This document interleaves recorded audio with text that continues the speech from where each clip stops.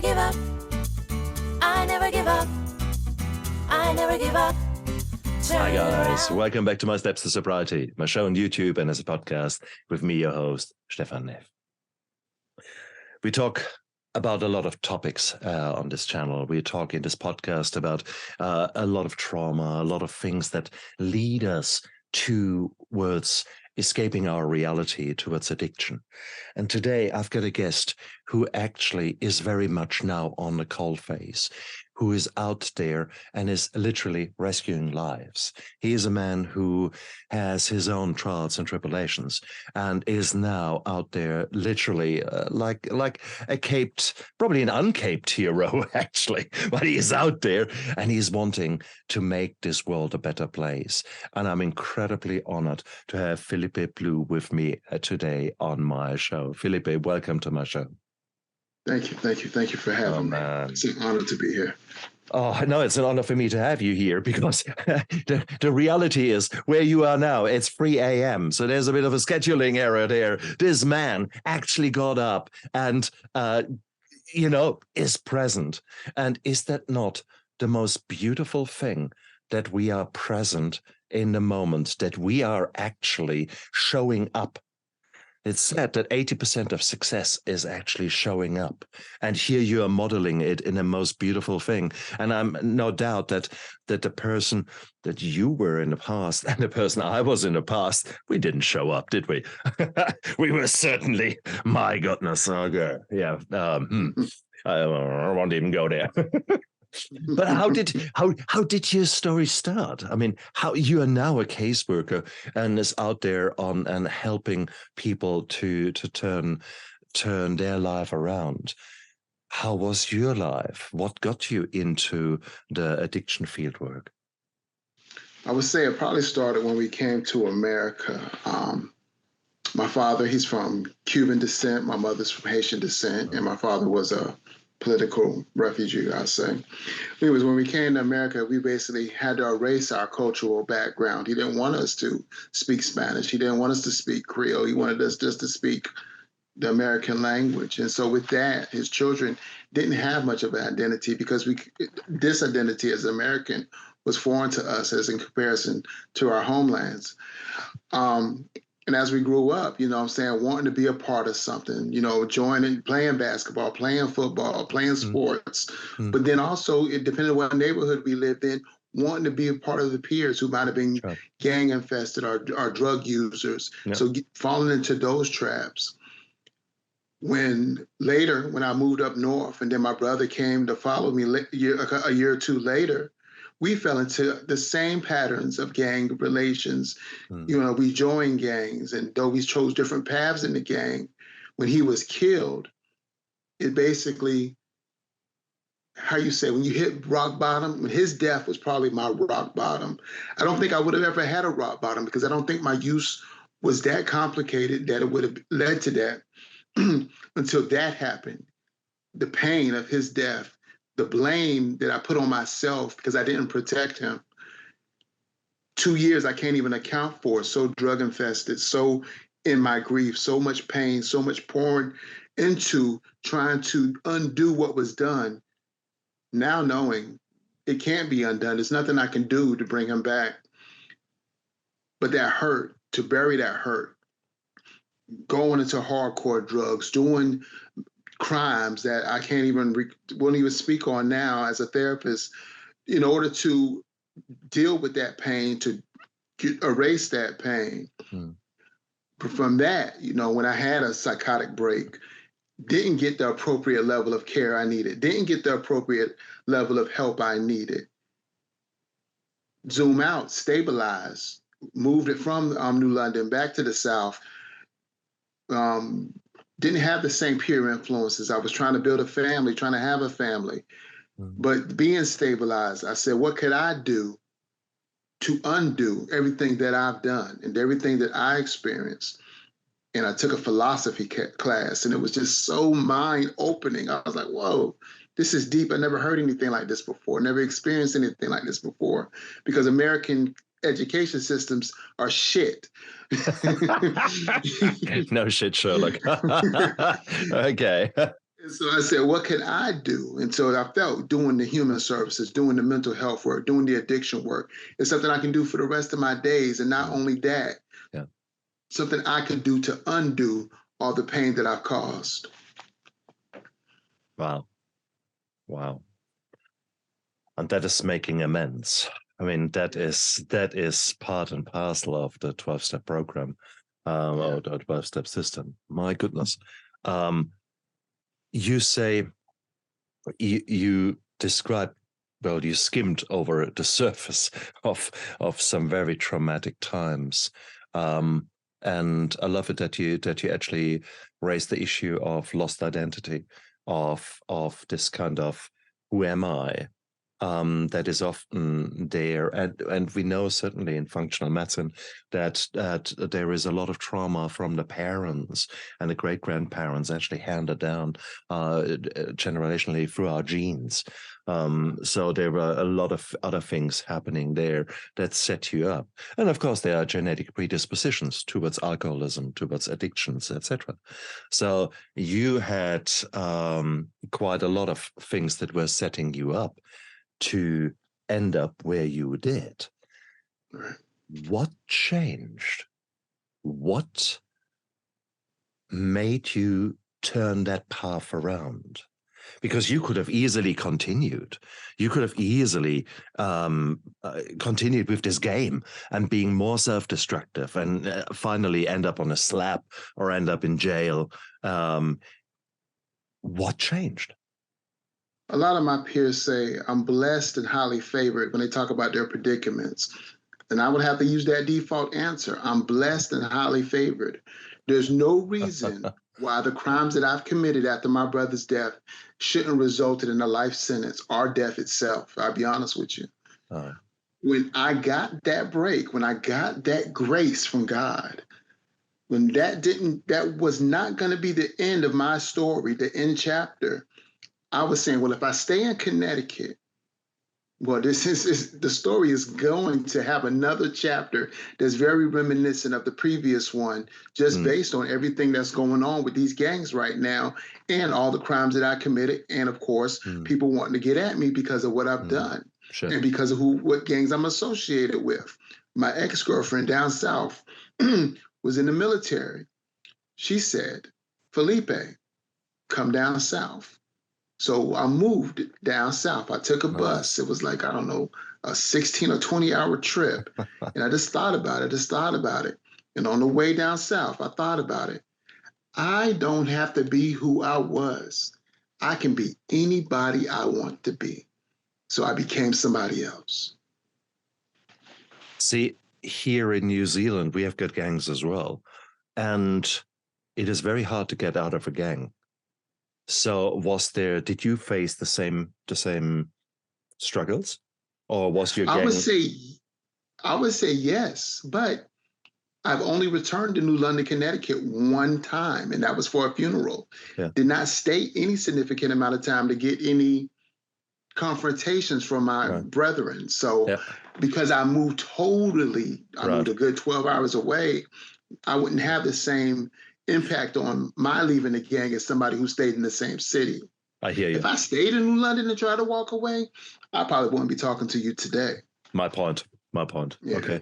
Okay. No, that's brilliant. So it was not a gang that was already a kind of all the states of the United States, but it was more a localized problem. Right. That's fine. Right. Oh, I'm so pleased for you, man. But then again, there you were identifying yourself as a young man with all those principles, the type A macho, you would say probably toxic masculinity that was associated with the gang. How did you deal now with that? That brotherhood was gone. Now you were alone down in the South. What the hell happened? When I was in the gang in New London, even before, my brother got killed and everything, I was into music. I was a rapper. I had a DJ. I had a rap group. In fact, he was in my rap group. So I didn't really have, before his death, I wasn't really into gang stuff. I was into the mixtape circuit. I was into making music. I was into basically, I'll be your storyteller for everything y'all are doing. And that's what I do. So when I moved down south, I really just focused on the music. I had a new brotherhood in music that was purely music without gang associations. People from all over, because it was a military town. So people from Canada, people from LA, people from other parts of the South, people from the East Coast, and built a collective and had a new rap group. And that was my focus. That was my brethren. In a way, it was my gang, but it was a musical gang, and it was called Scorn. So, but here you are. Normally, rap is associated with, not the nicest topics. So it's interesting that you chose that. The gangs, the shootings, the deaths, the murders, the disrespecting women, the synonymy, all that was in the music. Don't listen to any music I did from 99 to 2003. You would judge me harshly, trust me. That's absolutely fine. No, it is what it is. It's just, but no, but again, you actually escaped, and you started transforming. You started gaining confidence. I hear in your words already, or between the lines, I hear there's this kind of new person developing there, which is beautiful. So there you were actually truly looking after yourself, rebuilding yourself, which is weird. I often say that when I came out of rehab, it was like I was like an empty canvas.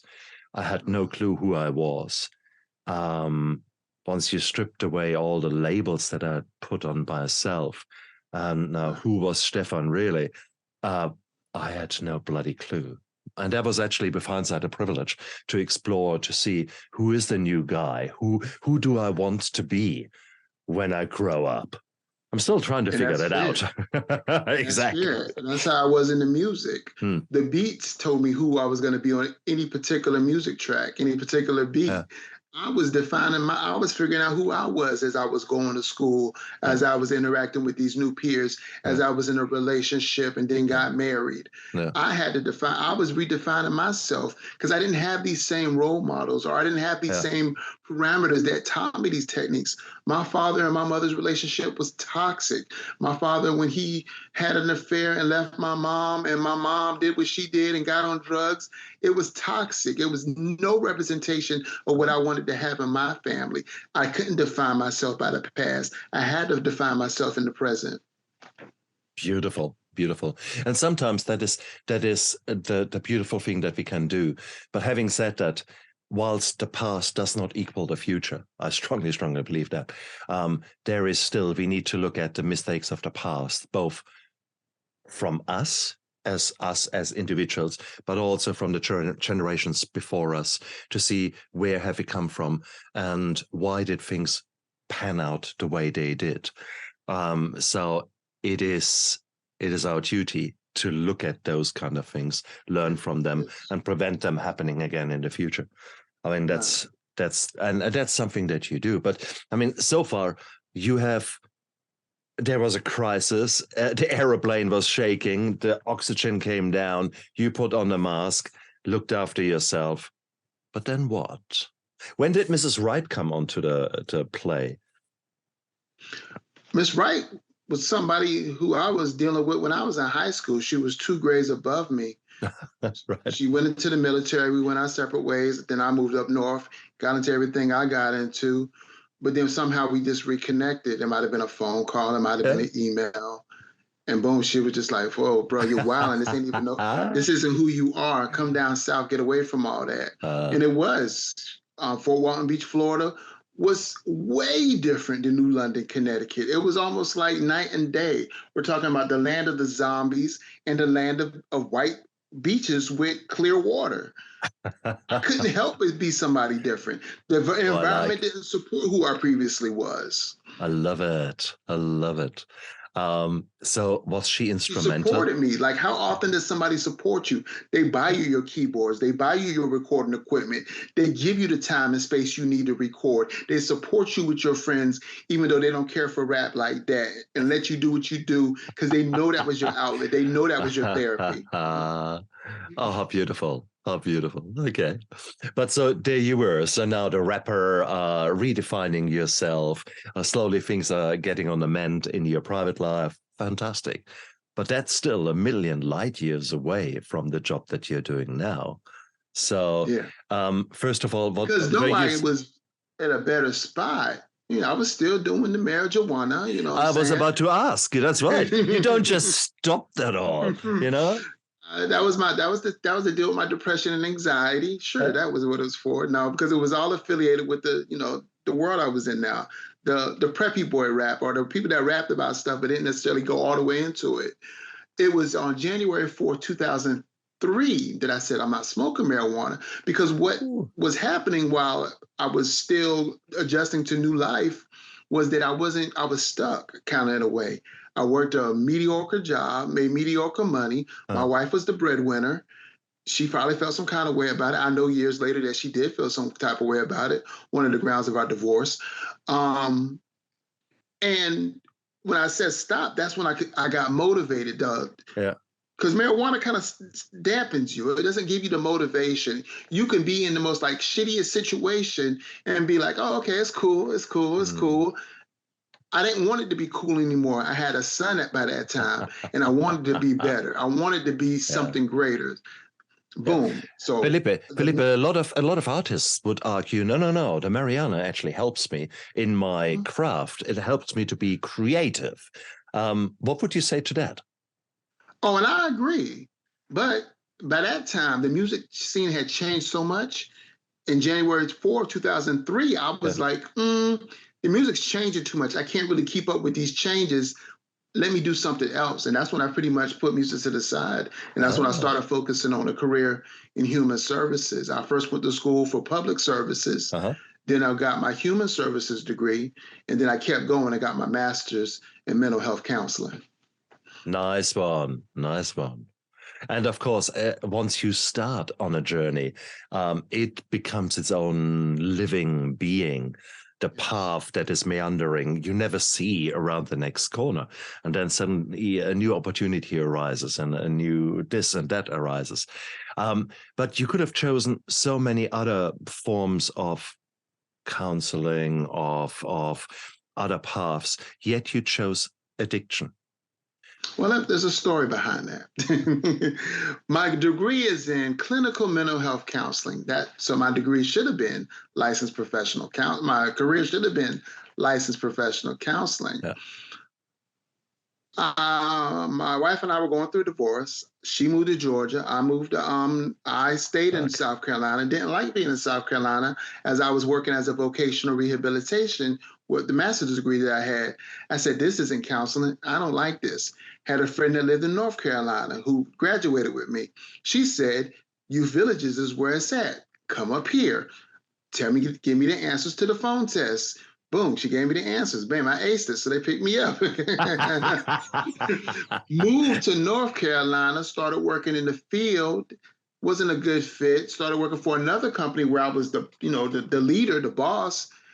They lost their certification, then moved to another company where I was under somebody who wasn't where I was clinically, and I felt some type of way about it. The easiest degree to get is in addiction. The easiest certification, licensure to get is in addictions in North Carolina, because you don't have to test first. And I wasn't eligible to take the licensed clinical social worker one because my degree is not in social work, it's in counseling. With the counseling one, I would have to test first. And I wasn't comfortable taking tests like that. The school I went to had a writing background. You were known to really write things. You didn't really test out. And I've always had test anxiety. It was an anxiety that had no founding because I honestly never failed a test. Still, come on, man. Same here. And I hate tests. I hate them with a passion.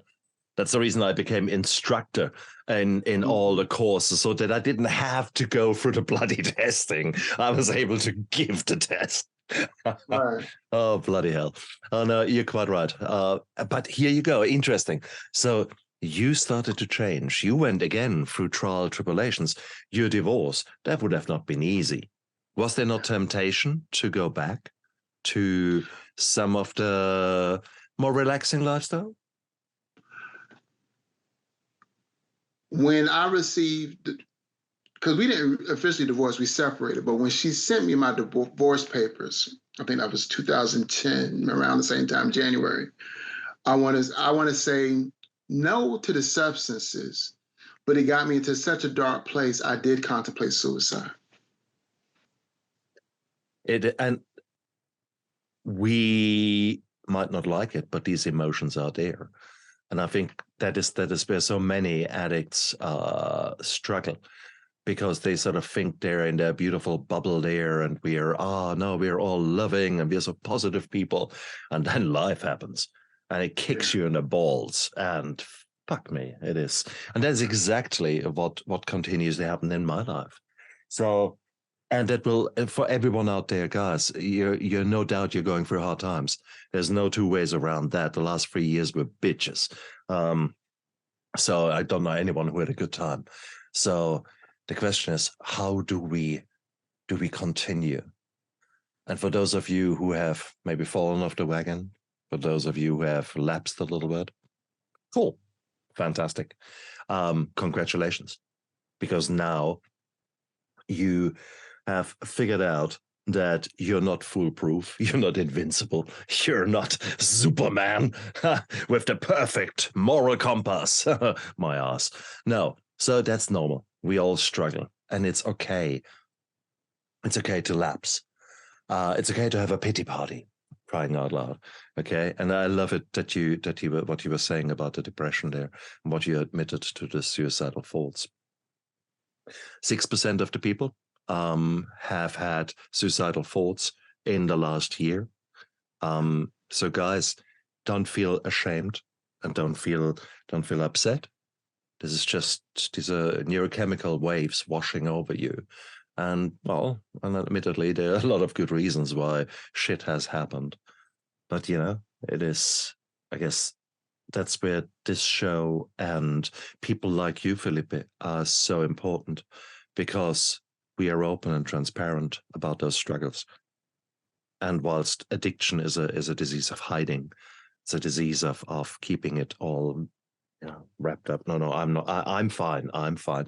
Bullshit, you are. Right. So, right. Wow. Were there people who helped you during the divorce, or were you in your teaching, in your education, were you exposed to supervision, where maybe you could have tapped into that? My clinical supervisor was the worst. So no, they didn't find solace there. I found solace in the community I was in. I was in a poetry community. I had a great friend named Camille Brown, who was a great support for me at the time. My girlfriend, a person who became my girlfriend later, Martini Matrevel, who was also from Haiti, who was a very great support. Luckily, I had the right supports to keep me balanced. And then just finding purpose in my work was a way to be like, if I succumb to my depression, if I succumb to, hurting myself or suiciding, what legacy do I leave behind? Nice. And I had this thing in which I wanted to always do more. I wanted to do the good work that my brother could have done and do the good work that I could do to undo all the bad things that we've done. And I focused on that for so long, that I always had to go hard in order to do the good work that he could have contributed to the world if he wasn't murdered. And I think that purpose kept me alive for a long time, until me and my ex-wife got to a place where we were good, I would say great friends, and worked on co-parenting our kids. And that was enough for me by then. No, you're saying, wow, very powerful words there. But I feel a pressure there on you.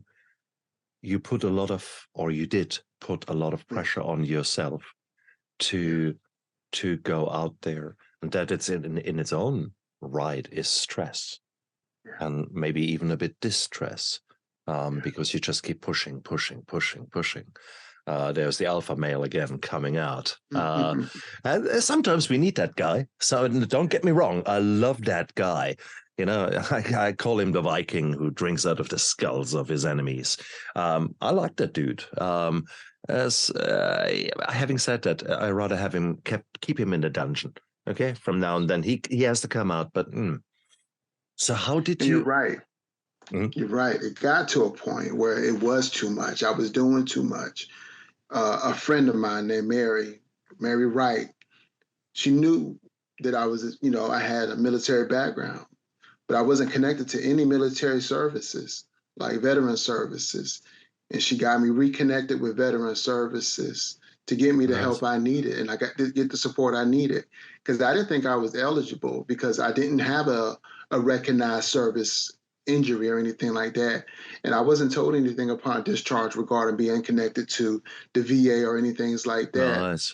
She indicated that I was eligible. And then I went and I was eligible and I got the help I needed. So I started to get psychiatric help. I started to get mental health help, which were services that probably I did not know were readily available to me because here in America, paying out of your pocket for mental health services is very expensive if you don't have the right insurance. And when you work for mental health companies, unfortunately, they get the most BS type of insurance that you're not going to get a good deal on mental health services. Wow. Now, this is before Obamacare and all that stuff. So when you can buy, you can go on the marketplace and choose your own insurance. So this is before that time period. Bloody hell. But now you're out there, you have actually grown. And I guess it's the old adage that you create diamonds with pressure. Hell, man, you had your pressure. And here you are, a rough diamond sitting in front of me, a blue sapphire, so to speak. No, having said that, I mean, you are now out there and literally making lives better, rescuing lives.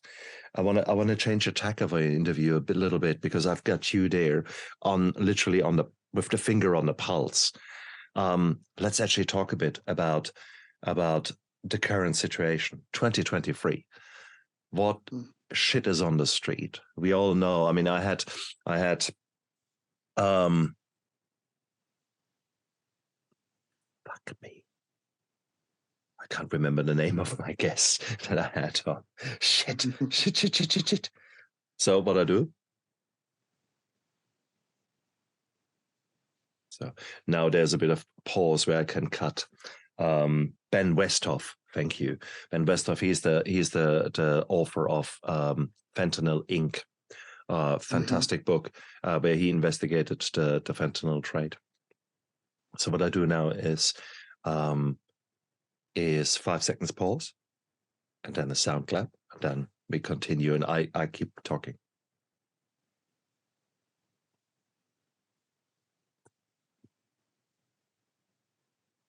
I want to change tack a little bit because Felipe, you're out there. You've literally got the finger on the pulse of what is currently the drug scene in the United States, which is of high interest to me because you guys are probably a little bit further down the line than we are here in New Zealand or maybe other countries. Equally, you're being targeted by the Chinese through the Mexican cartels with fentanyl and carfentanil and whatever fentanyl analogs there are. It's like a dirty war being done. And for any of you think, what the hell is he talking about? Go back to the interview that I had with Ben Westhoff, who is the author of Fentanyl Inc. So where he has investigated the link between China, fentanyl, and the cartels, which are basically have created a situation that we had last year. 100,000 deaths of opiate overdoses.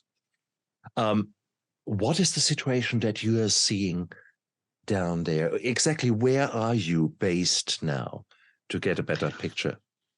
I'm based in Durham, North Carolina. So we're near, so that's like Duke University, UNC, University of North Carolina, Wake Med, North Carolina State. We got like 4 big universities all within 35 miles of each other. Right. So we're boom, right there. I work at a methadone clinic for one part of my job. And with that, people, use methadone to treat opiate addiction or to have harm reduction regarding opiate addiction. Unfortunately, it's not adequately treating opiate addiction because people are still using opiates, crack cocaine, meth in some cases, other illicits, benzos, alcohol, which we know those two on top of methadone can kill you. Shit, yeah. Across the board, even in my private practice, fentanyl. I had a client die. All my client did was marijuana. Apparently, her marijuana was laced with fentanyl at one time. Yeah. And she overdosed on fentanyl and died. Yeah. Her daughter screaming and hollering, my mama never did drugs. All she did was marijuana for anxiety. And I knew this to be true. But one day, I guess the dealer wanted to be creative or try something different or get a better high for his people. Sure. Or maybe who he got it from, that's what they did. And That's boom, right. now this 42-year-old woman is dead, and her daughter in her senior year of high school on the brim of dropping out because she's so distraught about her mother's death. People talk about they want to, I think I'm getting a benzo, boom, compressed fentanyl. I think I'm getting a Xanax, boom, pressed fentanyl. Exactly. They don't even know what they're getting these days. And then sometimes when they find out, they still go to that person because for some reason they like that high. Of course. Far out. And so it's actually, I know that this has been the practice, but it is not very well documented. I mean, this goes back to the Vietnam War, where marijuana in Southeast Asia was laced with opium. So you take one big swig and but nowadays we are talking about substances that are so much more potent. Fentanyl is something that I use virtually every day, not actually every day, in virtually every case that I do as an anesthetist. But we use it very, very carefully because it's such a powerful drug. Don't you think for a moment that the same care is provided by your local dealer? No. They have got basically the marijuana spread out on a baking tray. Then they use a bit of powder, go over it like a bad chef. And you have got then some areas where there might be a hell of a lot of fentanyl on your marijuana and other areas where there's very little on it. You have no idea what you're getting there. Okay, so that is the problem nowadays that we are facing. Man. And so this is a problem. It has occurred since 2014. Is it getting worse? Is it getting better? Are there actually border controls that are changing it? Right before the pandemic, I might have heard about fentanyl here and there. It was very rare. In fact, it wasn't even something that we even focused on because it was so rare that we heard about it. It seemed like in the pandemic, it started getting bigger and bigger and bigger and bigger. During the pandemic, many people on my private caseload died or overdosed. In fact, I hate to say I have favorite clients, but some of my favorite clients succumbed to death behind fentanyl overdoses or what appeared to be a fentanyl overdose. They say it takes 4 or 5 Narcans to bring you back from a fentanyl overdose. I don't know anybody who hangs around enough people to give them 4 or 5 Narcans. Most people, they use alone or with one other. That means that other person has a Narcan maybe, and maybe they have a Narcan. That's only 2. Which is why we have all these overdoses of deaths for fentanyl, because there's not enough people around that has that many Narcans to bring you back. And nobody would think to stick you 4 or 5 times to bring you back. I don't even think EMSs know that to do that. I mean, it is basically a balance. You have got a very strong opiate that is given in an overdose. You need to just hammer it with the antidote to it. Oh man, is it so? It's getting worse. Why is it getting worse? Do you feel that this is a targeted cartel move to bring drugs into North Carolina? Is there like a wave coming from the south coming across, or what is happening? I would say that it's probably due to the numerous colleges, some well-off colleges like Duke and UNC and Wake Med, Some of the HBCUs probably will even be targeted based on the population of people who normally do or are known to use drugs. I would say if it's just too concentrated in education, all these colleges and universities is a focal point. But I also want to say we're off a major highway, a highway that basically goes all the way from the south all the way to the north. Being so close to the highway is probably an accessible way to get the drugs to us, boom, drop off points or whatever. As this area is also known for sex trafficking, just because of the same things, the highway. Shit. I didn't realize that. Does that reflect? Then again, also, it's just that it's so easy to make. It's so easy to get access to. It is probably more profitable than any other drug besides heroin. Oh, absolutely. And that is the reason of that is its potency, because in order to get the same bang for the buck, you need to ship a lot of cocaine, whilst you just need to ship a small kilogram of a substance that looks like bloody sugar.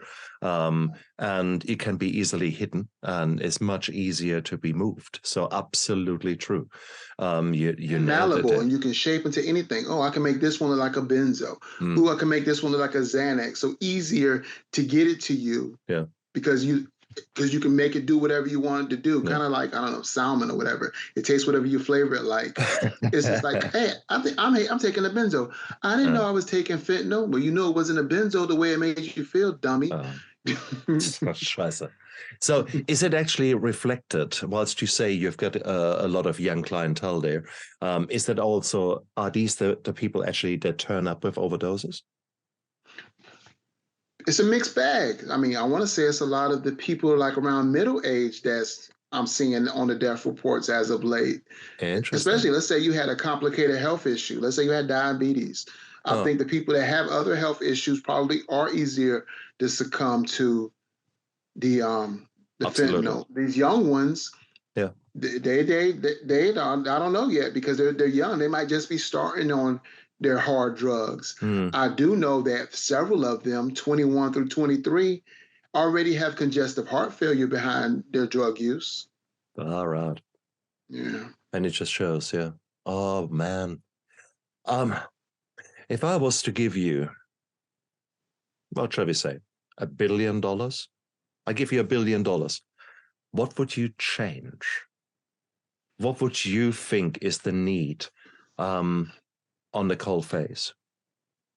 Here, it would be housing stabilization, exactly. Resource stabilization, exactly, job, vocation stabilization.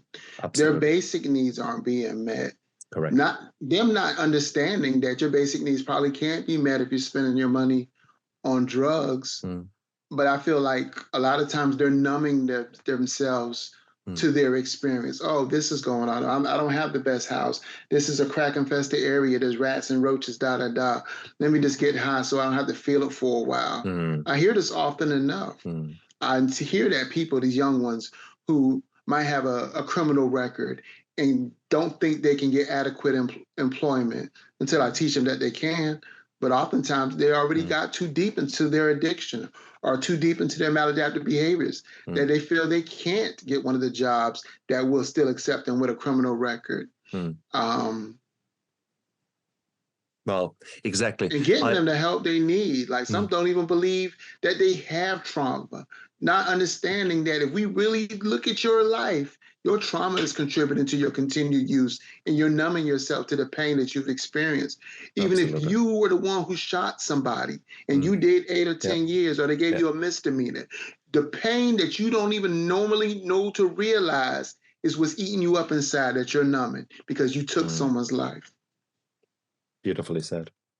Beautifully said, and quite right. It is.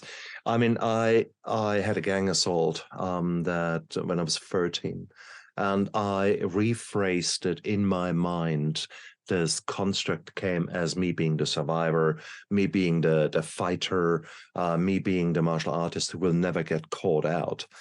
If you really look at it, it was freaking PTSD. I can take off all the score marks there. But I didn't realize it until really probably about 5, 6, 7 years ago, when I saw another friend of mine going through some hard times. His PTSD flared up, and suddenly I realized, shit, whatever I'm seeing here in him is me. And that was brutal. So here I am, even reasonably educated, reasonably knowledgeable about PTSD. Sometimes you don't understand the trauma that really has occurred to you yourself. And that is very powerful, what you just said, man. Cool. You're so right. You're so right. This is where the community comes in. The opposite of addiction is connection.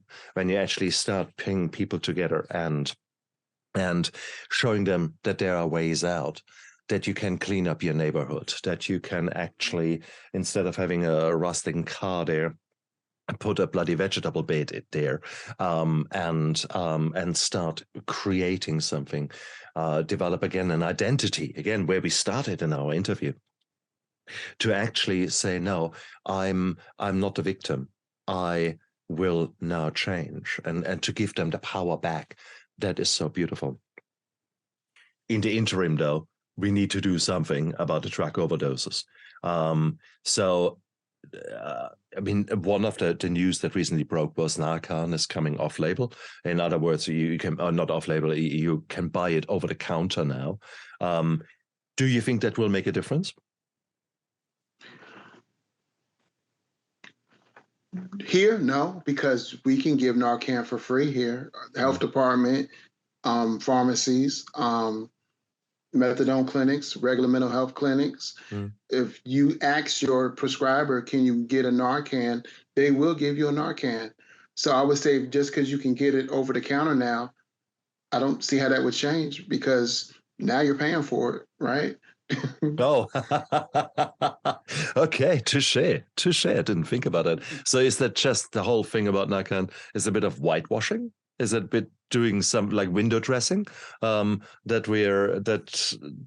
this is something we're doing something? Well, maybe it's promoting normal people, teachers, clerksmen, post people. Maybe it's promoting them getting it. When they see somebody overdosing, they'll have a Narcan on them, because lay people don't normally have Narcan on them. So maybe this will give lay people access to Narcan to address the opiate addiction. I just don't know many lay people that come across people that's overdosing, so I don't know. Very good point made. Okay. Wow. So then, since we know that it's the drug cartels that are basically pushing the drugs, the fentanyl, through, are you aware of initiatives to curb that, to do something about it? I mean, I've got a strong stance against gangs, and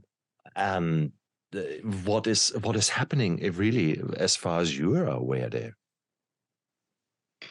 I don't really know. Our police force here in Durham and Raleigh and Chapel Hill are grumbling about underfunding, about defunding the police. They're grappling with Black Lives Matter issues. They're grappling with, you know what I'm saying, we make a report about a drug deal and they saying, do you have video footage of it? Then we can't do anything. Yeah. I think in many ways their hands are tied, or they're tying their own hands to let you know, well, if you want to do this to us, this is what underfunding or defunding looks like, even though they're not officially defunded yet. Okay. Passive aggressive stance. Okay. Damn. Well, that's the last thing that a country needs. Okay, I think we're now getting into politics, and before before the CIA, FBI, and any other alphabet soup group shuts you down, we better stop there. Oh, bloody hell! Indeed. Felipe, if you're a man who's only just starting. We are all on a journey, and I mean, who will you be in a year's time? Who will you be in 5 years' time? Well, not officially self-starting, about 20 years in the game. In 5 years' time, well, this year, I hope to write another book. I want to write a book on halt. Don't allow yourself to get too hungry, angry, lonely, or tired. I had a client I was talking about this concept with, and I said, you know what? I would love to get her a book about it. And I Googled and I Googled. I could never find a book about it. Yeah. Couldn't find a book about it. I've heard about this in passing. I've heard about this in circles. I've seen little passages written about it, but I could not find a full book on it. Yeah. So I'm going to write a book about halt. Good man. Good man. And when I'm saying you're only just starting out, we both have come a long way, but ultimately I still think, yes, okay.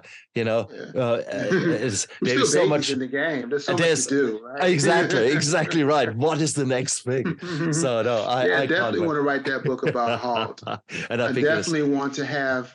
The pandemic kind of slowed me down. It really threw me for a loop. I'll be honest. I was on the brim of doing some really big things, at the end of 2020, going into that year. Yeah. The following year, and then the pandemic just unhinged all that stuff, all the conferences and all that. I just really want to be known as an expert in the field of trauma, addiction, and things like that. I want to get on conferences. I want to get on TV. I want to do workshops. I want to be in other places like Vegas and LA and New York and do talks and do workshops to address these issues and to teach people that aren't in the addiction field, like the social workers or the mental health counselors, what they can do to address the issue and make it palatable for them so they can have a better understanding. Far too often, I see these people judging people that have addiction backgrounds. They may not think they're doing it, but I hear about them in consultations. I hear how they label. To be honest, I hear it amongst my own peers sometimes, and I find it despicable because a lot of them maybe don't have an addiction background, but they feel a certain way about addiction people. Why are you in this field and you feel that way, Which is bullshit. The rate of chemical addiction, I would say, is 1 in 3. Even if you're more conservative, 1 in 4, 1 in 5, that's still a hell of a lot of people. And that includes probably some of your peers. They just haven't figured it out. So therefore, I've always found it amazing when people take the moral high ground. And then when you actually look behind the curtains and you actually see, But how high or moral is their high ground when they're downing somebody else or treating somebody as less than, So I hear you, brother. I hear you. Felipe, you're an amazing man. I am so grateful that you came onto my show, that you shared some of the insights there. If people gel with you, if they want to know more about you and the amazing work you're doing, where can they find you? It's easy to find me, morethan.therapy.org. That's morethan.therapy.org. And anywhere you put More Than Therapy, all the social medias will pop up. Nice. Guys, look down there into the description of the YouTube video and of the podcast. We've got all of his info there. Felipe, you're an amazing man. Thank you so much. Thank you for the work you're doing. Thank you for going out there and trying to make this world a better place. The world needs it. It needs more people like you. And it's amazing that you came onto my show. Thank you so much, brother. And thank you for having such a show. I think it's well needed to get the word out, to remove the stigma associated with addiction and mental health issues. That's why I have More Than Therapy. Because oftentimes we won't necessarily get the help we need because we feel stigmatized. They feel less than. I think shows like yours, shows like mine, I think that give people the okay to get the help they need. So thank you regarding the work you're doing. Exactly. And you guys out there is hope. Look, if 2 numbnuts like us can get our shit together, you guys have got a more than fair chance, okay? So trust me, there is hope, there is help, and you can do it. So look after yourself and live with passion, okay? Bye.